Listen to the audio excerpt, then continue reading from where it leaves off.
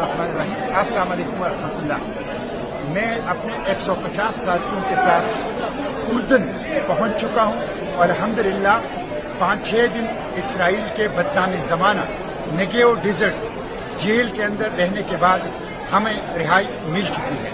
इस दौरान हमारे हाथों में हथकड़ियां डाल के पीछे बांधी गई, हमारे पाँव में बेड़ियां और जंजीरें डाली गई, हमारे आंखों पर पट्टियां बांधी गई, हमारे ऊपर कुत्ते छोड़े गए, हमारे ऊपर गन्स रखी गई और हमें बदतरीन किस्म का टॉर्चर किया गया। हमने 3 दिन भूख हड़ताल की अपने मुतालिबात के लिए।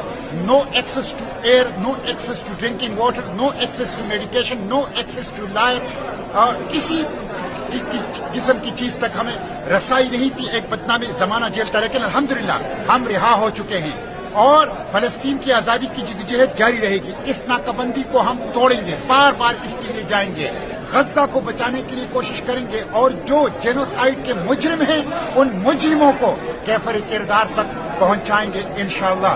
मुजाहिमत जारी रहेगी, अडियाला जेल से इसराइली जेलों तक फलस्तीन की आजादी की जिद्दोजहद जारी रहेगी और मुजाहिमत की जिद्दोजहद इंशाअल्लाह जारी रहेगी। जल्द आऊंगा पाकिस्तान और पूरी तफसील जो इस प्लोटेला की है और इसराइली जेलों की है आपको बताऊंगा।